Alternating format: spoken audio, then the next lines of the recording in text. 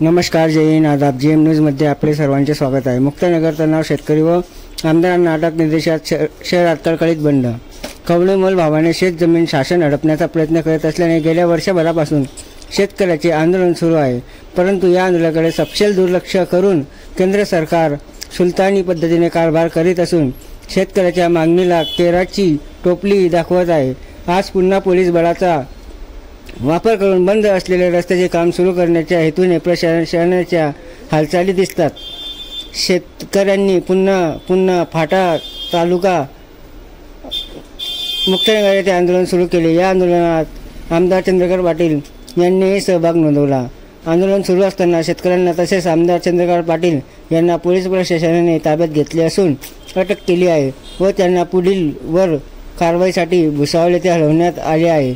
ही बातमी वाऱ्यासारखी पसरतात मुक्ताईनगर तणावाचे वातावरण निर्माण झाले आहे। बंदची हाक देण्यात आली।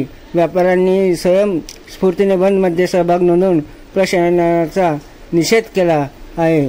मुक्ताईनगर अत्यावश्यक सेवा वळखतात कळकळीत बंद ठेवण्यात आला आहे। मुख्य संपादक जुबेर मनासोबत अतिक खान यांची खास रिपोर्ट।